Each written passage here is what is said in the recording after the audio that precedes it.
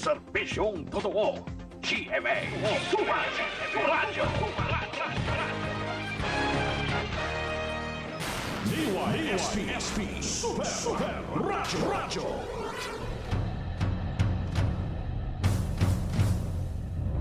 Ugaliing pakinggan ang numero 1 programang Bakbakan sa Super Radio. Tutukan ang mga makatotohanang balita, issue at impormasyon at tuklasin ang iba't ibang kaalaman para pagyamanin ang inyong kaisipan. Bakbakan sa Super Radio. All in one. Balita, issue at kaalaman. Alas 10 hanggang alas 11:30 tuwing umaga, Lunes hanggang Biyernes. Kasama si Super Lily May U.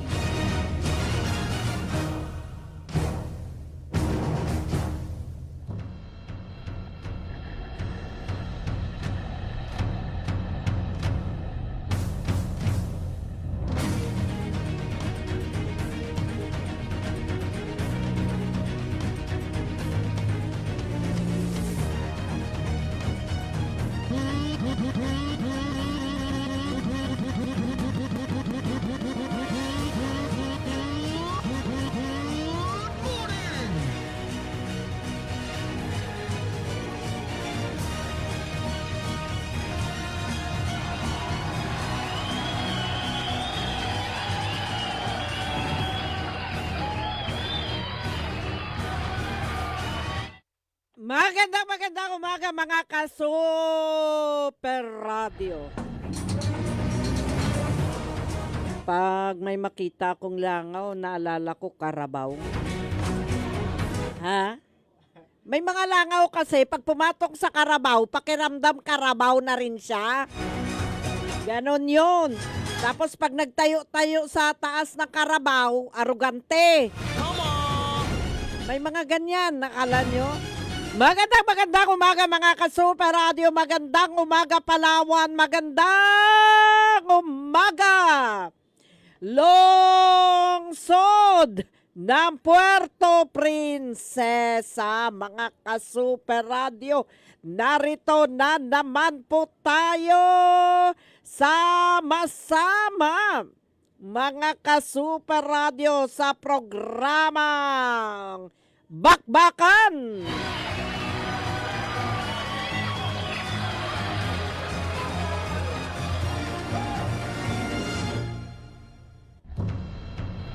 Si Super Lily May Uy sa Bakbakan sa Super Radio. Bakbakan sa Super Radio.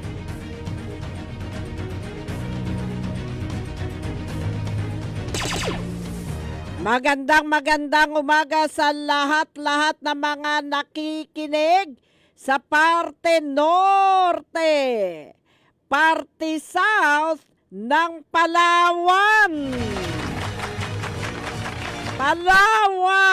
Magandang umaga. Puerto Princesa, magandang umaga. Narito na naman po kayo sa programang nakakawili, nakakasabik, ang programa Kapaki-Pakinabang. Punong-puno ng impormasyon, punong-puno ng balita, punong-puno ng tips, punong-puno ng kaalaman. Samahan ninyo ang inyong kabakbakan si Super Lily May Uy tuwing Lunes hanggang Biyernes. Alas 10 hanggang alas 11:30 ng umaga. Sa mga nais mag-follow, mag-share at mag-like sa Super Radio Facebook page, hanapin lang Super Radio Palawan, DYSP 909 kHz. At ang TikTok, DYSP Super Radio Palawan. Sa YouTube, DYSP Super Radio Palawan Official.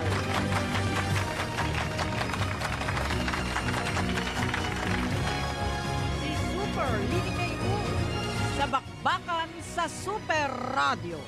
Bakbakan sa Super Radio. Magandang umaga kay Maring Sally Ribay, kay Maring Melds Cruzat, Naranasan nyo na ba, ikaw Wilmar? Magandang umaga kay Super Wilmar Abria. Naranasan mo na ba yung parang nafo-frustrate ka o nabibigo ka, no? Tayong mga Pinoy, no, minsan nakaranas mabigo sa trabaho, mabigo sa ating mga pangarap, mabigo sa ating nilalagawan, no? Kung minsan, tayong mga Pinoy, mabilis mawala ng tiwala sa sarili. 'Di ba? Lalo na kapag makaranas ng tinatawag na kabiguan. Halimbawa, nag-apply ka ng trabaho, hindi ka natanggap. O, 'di ba? Feeling mo parang siguro hindi talaga ako magaling. Ano ba 'to? Wala akong mapagmamalaki sa aking pamilya. Hindi naman ako natanggap. May mga ganyan eh. Hirap maghanap ng trabaho. O di kaya may crush ka. Gustong-gusto mo. Tapos paduding-duding ka, pa-charming-charming ka. Kaso lang ang gusto niya, best friend mo pala ang niligawan. May nangyaring ganyan. 'Di ba? O, 'di ba? Parang ang sakit, 'di ba? Ikaw ang may gusto. Parang ikaw ang nagsaing. Iba ang kumain. Oy, kay Kate Garibay, happy birthday sa iyo, hilaw na inaanak. Happy birthday, ha? Masama pakiramdam ko. Oo. Ganito ang boses ng mga masasama ang pakiramdam. Kate Barigay, Garibay, happy birthday sa'yo. May you have, ang lagay ba dito, bati-bati lang? May you have many more birthdays to come, iha. Mabuhay ka hanggang gusto mo. Yan, ha? Nanligaw ka, pero busted ka. 'Di ba? Sakit din yun, ha? O, nawala na tayo ng tiwala sa sarili manligaw. O di kaya nag-take ka ng board exam or entrance exam o kung ano-ano mang exam, nabagsak ka, sabihin mo sa sarili mo, bubita talaga ako. Ganyan. Totoo to. Marami tayong dahilan kung minsan na nawawalan tayo ng tiwala sa sarili. No? Alam mo, pag sinabi mong kabiguan, parang isang mabigat yan na nakakasakal na kumot eh. Oo. Para bang panaginip, isang panaginip, no? Na ipinagpaliban lang. Isang nawala ng trabaho. Isang relasyon na natapos. O isang layunin na napalampas. Ganon. Kapag nabigo ka, madali kang tumingin sa salamin at lagyan ng label ang iyong sarili na kabiguan. Madalas itong pinapalakas ng lipunan. No? Na kung minsan yung mga tumakbo sa politika tapos hindi nanalo, nakakaramdam yan ng kabiguan. No? Gayon pa man, ang pinaka-importante, nakakatotohanan, na dapat maunawaan, lagi ninyong tandaan, hindi kayo nabigo dahil nabigo kayo. Gets nyo? Ha? Hindi, lagi ninyong tandaan, anuman klase ang kabiguan nyo, hindi kayo bigo dahil nabigo kayo. Nasa panahon ka lang, kumbaga nasa stage ka pa lang ng pag-aaral. Mga ka-Super Radio. Kapag kayo'y na-frustrate, pag hindi nyo naabot yung gusto nyo, no?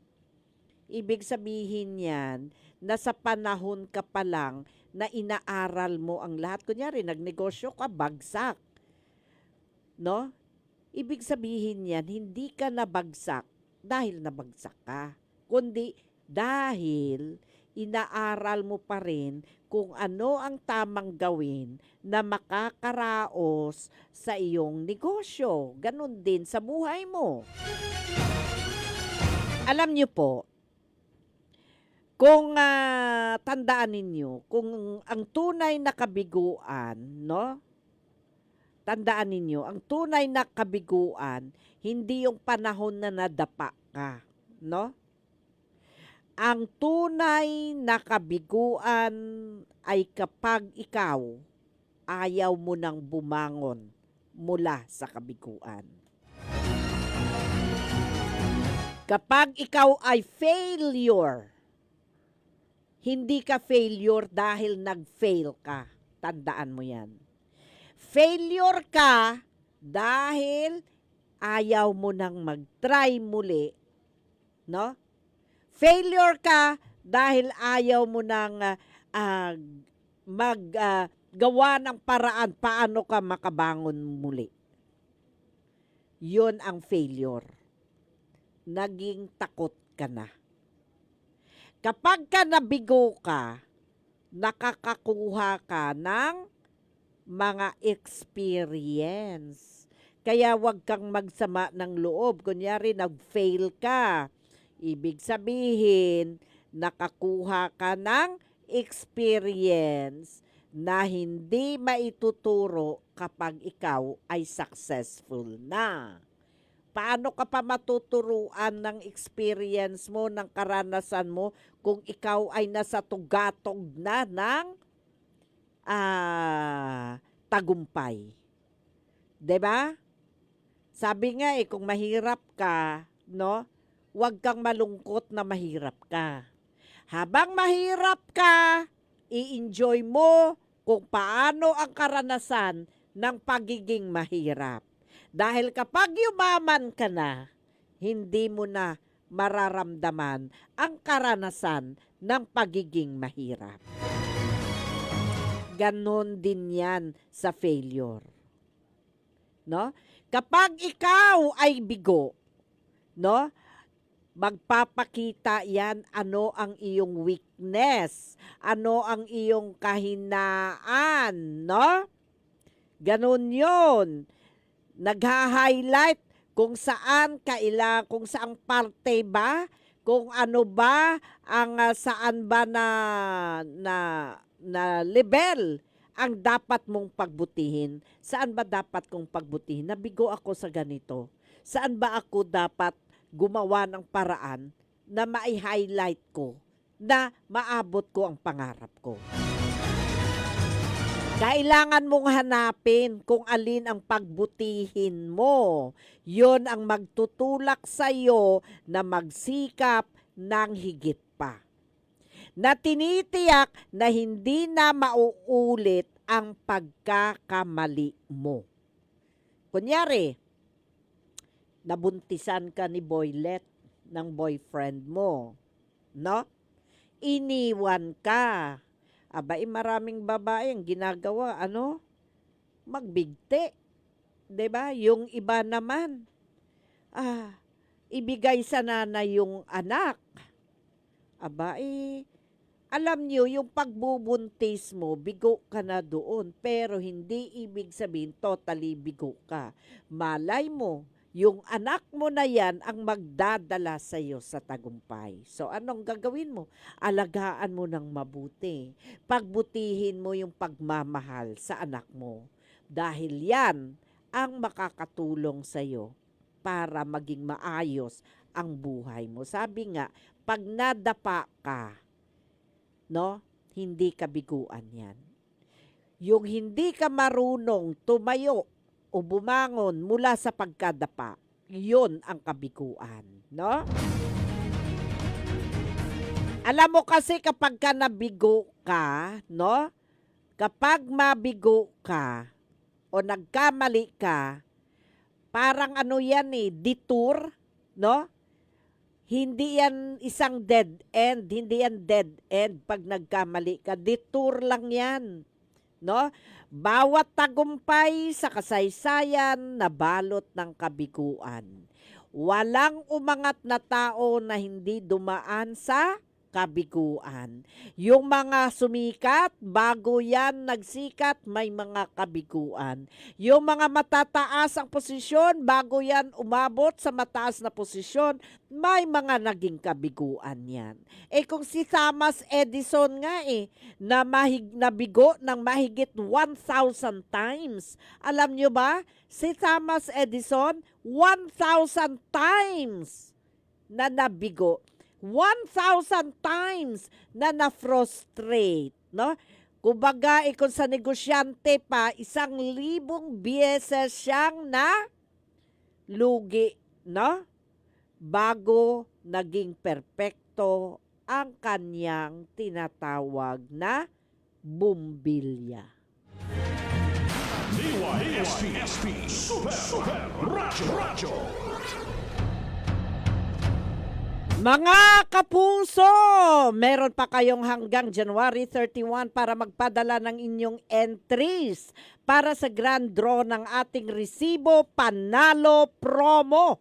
Next week, 10 20,000 pesos, 5 50,000 pesos at 1,000,000 piso tax-free ang ipamimigay sa ating grand draw. Easy sumali, easy money. Pumunta lang sa GMA Radio Promos and Events Facebook page para sa mga detalye. Ang GMA Radio Resibo Panalo Promo ay hatid sa atin ng Alaxan FR, Silin Plus, Enervon Z Plus, Rexidol Forte, Cream Silk Vitamin Boost Conditioner, Sunsilk, Super Radio AM nationwide at Barangay FM nationwide. Promo runs from December 14, 2025 to January 31, 2026. Per DTI Fair Trade Permit FTE B-243-600 Series of 2025. Ulitin natin mga kapuso, meron pa kayong hanggang January 31 para magpadala ng inyong entries para sa grand draw ng ating resibo panalo promo. Next week, 10 20,000 pesos, 5 50,000 pesos at 1,000,000 piso tax-free ang ipamimigay sa ating grand draw. Easy sumali, easy money. Pumunta lang sa GMA Radio Promos and Events Facebook page para sa mga detalye.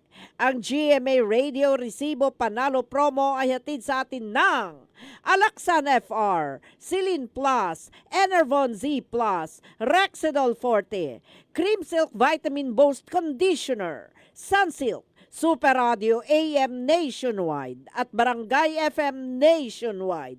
Promo runs from December 14, 2025 to January 31, 2026. Per DTI Fair Trade Permit Number FTEB-DAS 243-600 Series of 2025.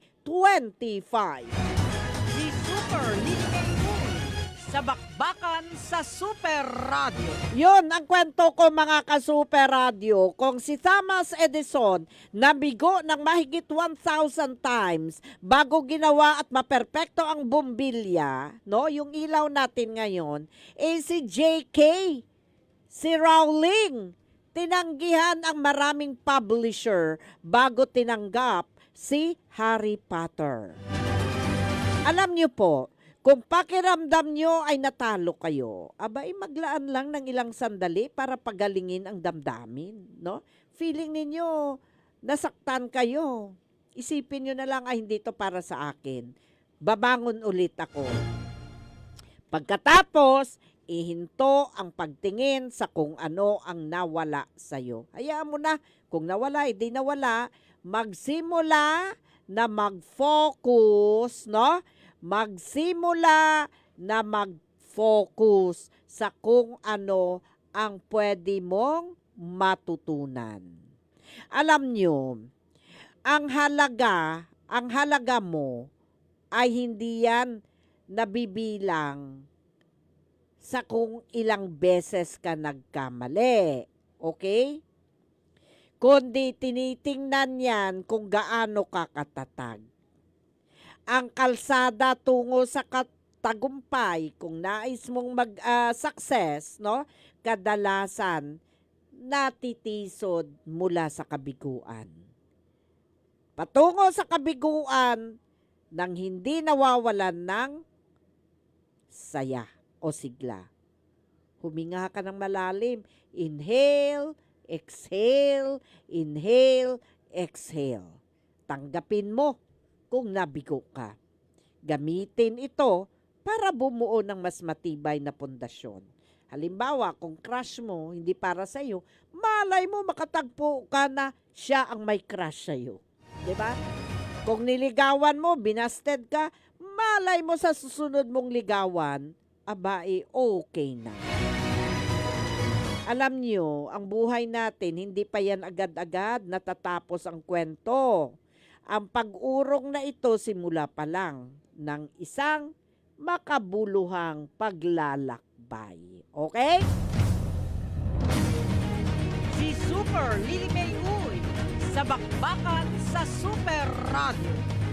Yan po mga ka-Super Radio. Minsan mahina kasi tayo. Yung kahinaan natin, madali tayo mag-give up. Never give up. Laban lang mga ka-Super Radio. Si Super Lily May Uy, sa bakbakan sa Super Radio.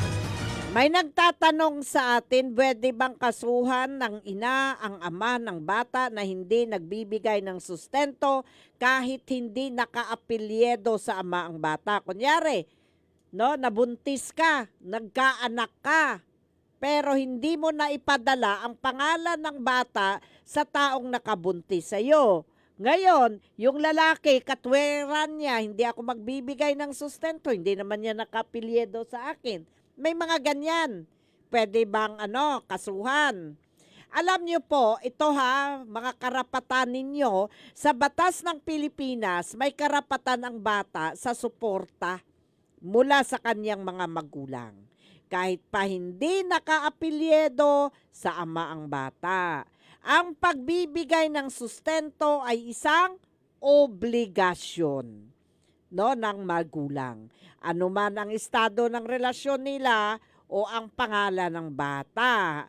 Ang pangunahing usapin dito ay ang pagkilala sa bata ng kanyang ama.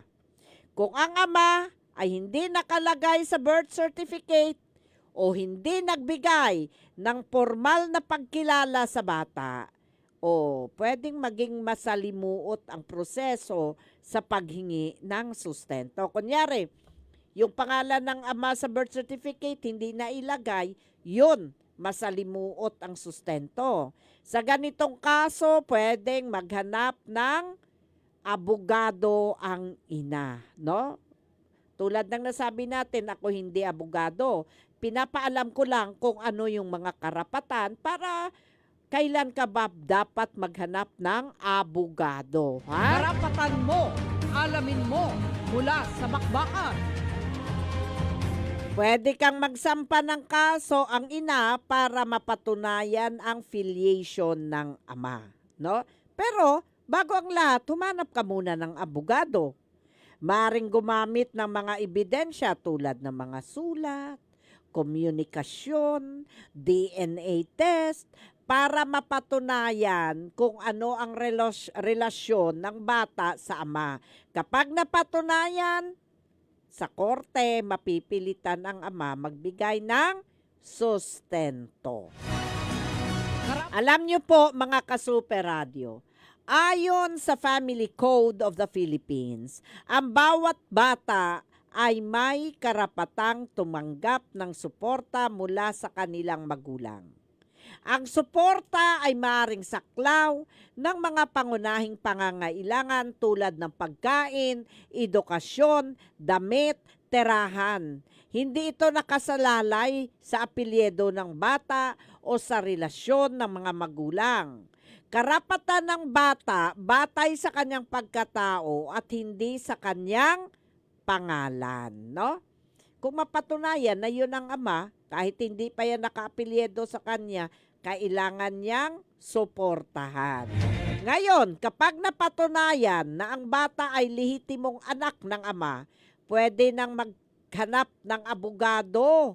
Ang ina, magsampa ng kaso para sa sustento sa pamamagitan ng family court, no? Kung hindi nagbibigay ng tamang sustento ang ama, maaaring siya ay kasuhan ng tinatawag na economic abuse sa ilalim ng Republic Act 9262 o Anti-Violence Against Women and Their Children or VAUSI.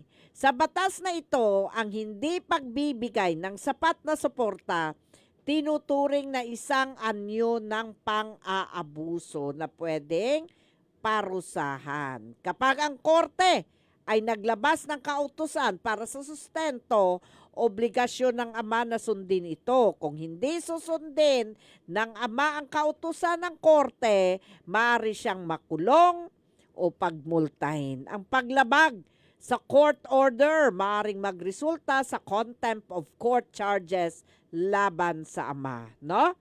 Kaya ang apelyedo ng bata ay hindi hadlang sa paghingi ng suporta mula sa ama. Ang mahalaga, mapatunayan na ang ama ay may legal na obligasyon sa bata. Sa oras na ma-prove o mapatunayan, no, na pwedeng magsampa ng kaso ang ina para igiit ang karapatan ng bata sa sustento. Muli, mga ka-Super Radio, kami sa Bakbakan ay nagbibigay lang ng idea, no? Kung kailan ka maghanap ng abogado para maipaglaban mo ang karapatan mo. Kasi ang karapatan natin dapat hindi na pabayaan. Karapatan mo, alamin mo, mula sa Bakbakan. Oy, mga ka-Super Radio, magandang umaga kay Patsan, kay Rofs Lopez. Magandang umaga, tuloy na po tayo sa ating mga balita mula sa Bakbakan. Mahabang serbisyo ng kuryente sa ilang islang barangay sa norte ng Palawan patuloy nang ipinapatupad ng Napocor. DSWD, Mimaropa, IMT nakadeploy na sa Coron, Palawan para sa 44th Asian Capital Market Forum. Pinaghahanap ng batas sa kasong rape by sexual assault, arestado sa Barangay San Rafael. Wanted person sa kasong physical injuries, inaresto sa Barangay Luz V. Minda.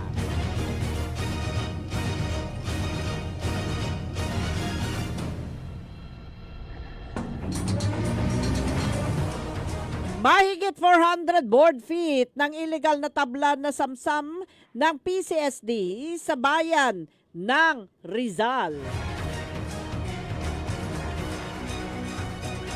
15 sakay ng bangka na sagip ng Philippine Coast Guard matapos na masira ang LEC sa karagatang sakop ng Taytay, Palawan.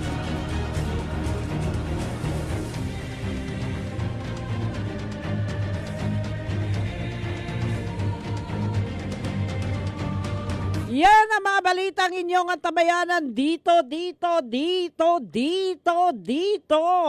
sa programang Bakbakan sa Super Radio. Ang numero 1 himpilang DYSP Super Radio. Bakbak Balita. Oy, mga ka-Super Radio, mahabang serbisyo ng kuryente sa ilang islang barangay sa norte ng Palawan patuloy nang ipinatutupad ng Napocor. Super Rodel Guzman, pasok! Patuloy nang ipinatutupad ng National Power Corporation ng Napocor ang mahabang serbisyo ng kuryente sa gabi sa ilang islang barangay sa norte ng Palawan sa pamamagitan ng pakikipag-ugnayan at kahilingan na rin ni First District Representative Rosalie Salvami ng unang distrito ng Palawan na inaksyonan ng National Power Corporation na mabigyan ng mahabang oras na serbisyo ng kuryente ang ilang mga Islam barangay sa norte ng lalawigan na kung saan nagkaroon na ng 24 oras na serbisyo ng kuryente sa barangay Kasyan sa Taytay, Palawan. At bukod sa nabanggit na lugar, nagkaroon na rin ng 16 oras na serbisyo ng kuryente sa barangay Kalandagan sa bayan ng Araceli at barangay Nangalaw sa bayan ng Linapakan, Palawan. Ang proyektong ito ay bahagi pa rin ng programa ng gobyerno na mapailawan at mabigyan ng maayos na serbisyo ng kuryente maging yoong mga Islam barangay o liblib na lugar sa ating lalawigan. Ako, si Rodel Guzman ng Jeremy Subaradyo, Palawan. Dapat totoo. Maraming salamat sa iyo, Super Rodel Guzman. Bakbak Balita. Pinaghahanap ng batas sa kasong rape by sexual assault. Arestado sa Barangay San Rafael, wanted person sa kasong physical injuries inaresto sa Barangay Luz Viminda. Super Kenneth, pasok! Inarasto ng mga otoridad sa Barangay San Rafael ang isang pinaghahanap na batas na may kinakarap na kasong rape by sexual assault. Kaya ang inaresto ay isang 78 years old na residente ng Barangay Aramaywan, Nara, Palawan. Ito ay inaresto ng mga kapulisan sa bisa ng warrant of arrest na inisyu ni Honorable Jocelyn Sundi, ang Dilig Presiding Judge ng Branch 47, Court Judicial Division, at walang inilang piyansa para sa pansamantalang kalayaan. Samantala sa ngayon, ang nabanggit na inaresto ay nasa kustudiya ng pulisya para sa kaukulang disposisyon. Ako si Kenneth Calomris ng GMA Super Radio, Palawan. Dapat totoo. Maraming salamat sa iyo, Super Kenneth Calomres. Pakibasa lang doy, may text sa iyo si Wilmar. Medyo may kasalanan akong natawa. DSWD Mimaropa IMT nakadeploy na sa Coron, Palawan para sa 44th Asian Capital Market Forum. Super Rodel Guzman. Pasok! Nakadeploy na ang DSWD Mimaropa Incident Management Team sa Coron, Palawan bilang bahagi ng kanilang operational readiness para sa isasagawang 44th Asian Capital Market Forum na magsisimulang magsipagdatingan ng mga kalahok na bansa simula ngayong araw. Sa deployment, ang IMT nakatalaga sa mga critical points upang agad na tumugon sa anumang emergency, mag-monitor ng sitwasyon at magbigay ng suporta sa mga residente at kalahok sa kaganapan. Ang team ay handa sa rapid response, incident reporting at coordination sa iba pang ahensya. Tinitiyak din ang mabilis na organisadong pagtugon sa anumang sitwasyon. Ang presensya ng IMT magpapatibay rin ng tuloy-tuloy na suporta at monitoring sa lahat ng operational areas na magtitiyak na ang bawat aktibidad at logistic requirements sa 44th Asian Capital Market Forum ay maayos na masusubaybayan at may sa katuparan bilang bahagi ng kabuoang misyon ng DSWD Mimaropa sa pagtiyak na maayos at ligtas na kaganapan. Ako, si Rodel Guzman ng GMA Super Radio, Palawan. Dapat totoo. Maraming salamat sa iyo, Super Rodel Guzman. Bakbak Balita. Wanted person sa kasong physical injuries inaresto sa Barangay Luz Viminda. Super Kenneth Calomres. Pasok! Inarasto ng mga otoridad sa Barangay Luz Viminda ang isang pinaghahanap na batas na may kinagarap na kasong physical injuries. Ang inaresto isang 36 anyos na residente ng naturang barangay sa Luzon. Ito ay inaresto sa bisa ng warrant of arrest na ibinaba ng Korte at may nilang piyansang abot 10,000 piso para sa kanyang pansamantalang kalayaan. Samantala nabanggit na inaresto ay nasa kustudiya ng pulisya para sa mansakaukulang disposisyon. Ako si Kenneth Calomris ng GMA Super Radio, Palawan. Dapat totoo. Maraming salamat sa iyo, Super Kenneth Calomres. Isang kotse ang naaksidente sa Barangay Tagboros, Puerto Princesa City, Palsado, alas 12 ng hating gabi, January 27, 2026.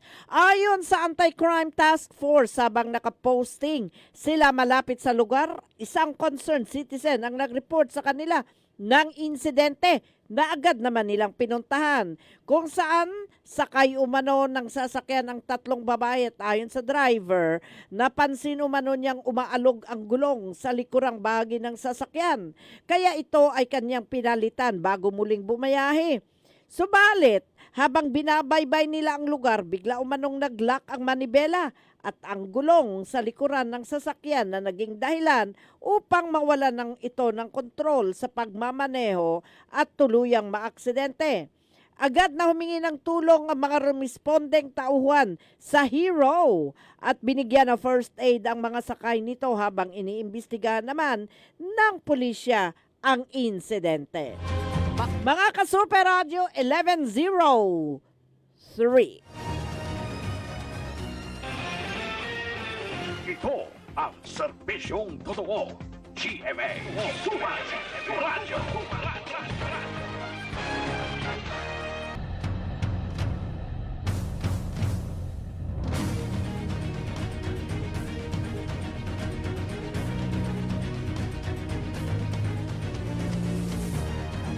Hoy mga ka-Super Radio, tuloy-tuloy pa rin po tayo sa iba pa nating mga balita, mga ka-Super Radio. Bakbak Balita.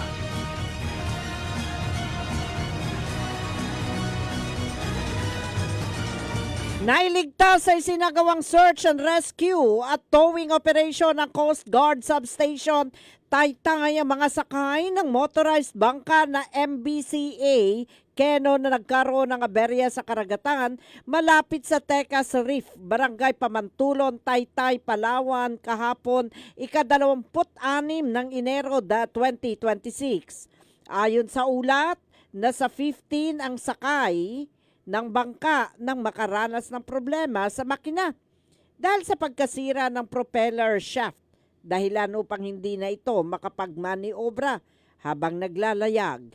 Kaagad namang rumisponde ang PCG matapos makatanggap ng distress call at natagpuan ng bangka at ang lahat ng pasahero at tripulante ay ligtas at nasa mabuting kalagayan.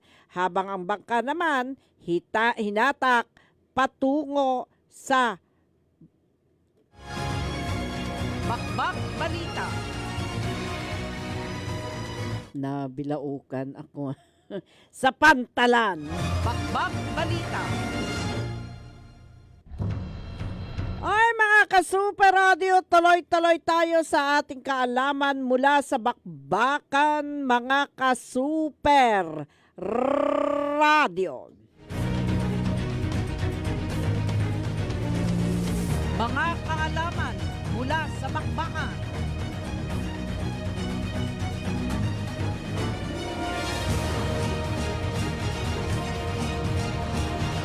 Mga kaalaman mula sa bakbakan. Oy mga ka-Super Radio, alam nyo ba noong January 24, 2026, ang mga taga Puerto Princesa at Palawan, Comicidad, the 82nd year of martyr, dad heroism ng isa sa pinakadakilang anak nito, si Dr. Higenio A. Mendoza. Si Dr. Higenio A. Mendoza ay isang medical doctor sa pamamagitan ng propesyon. Nagtuloy siya ng mas mataas na pag-aaral sa Maynila at Estados Unidos ng Amerika.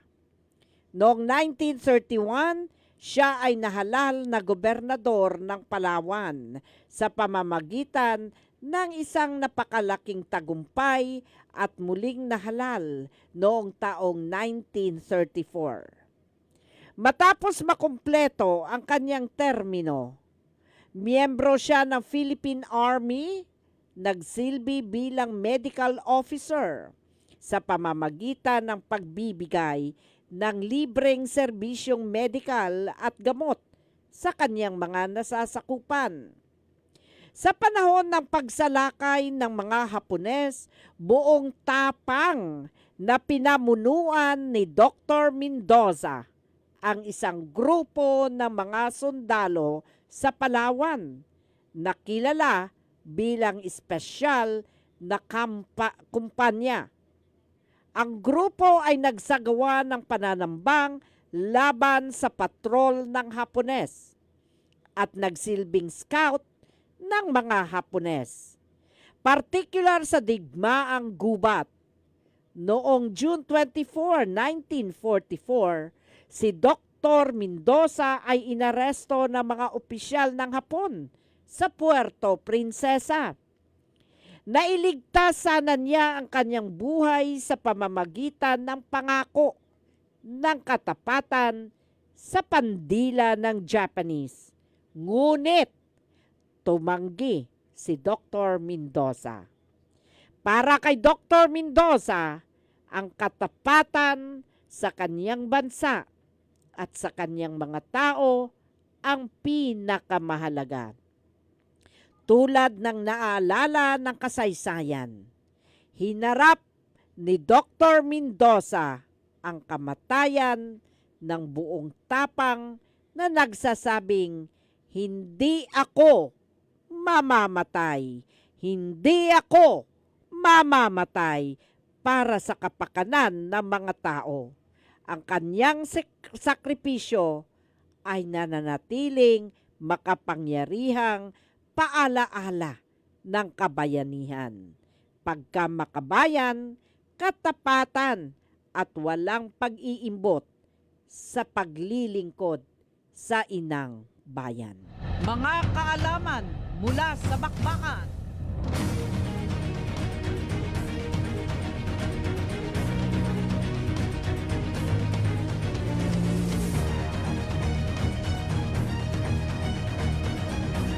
Oy mga ka-super!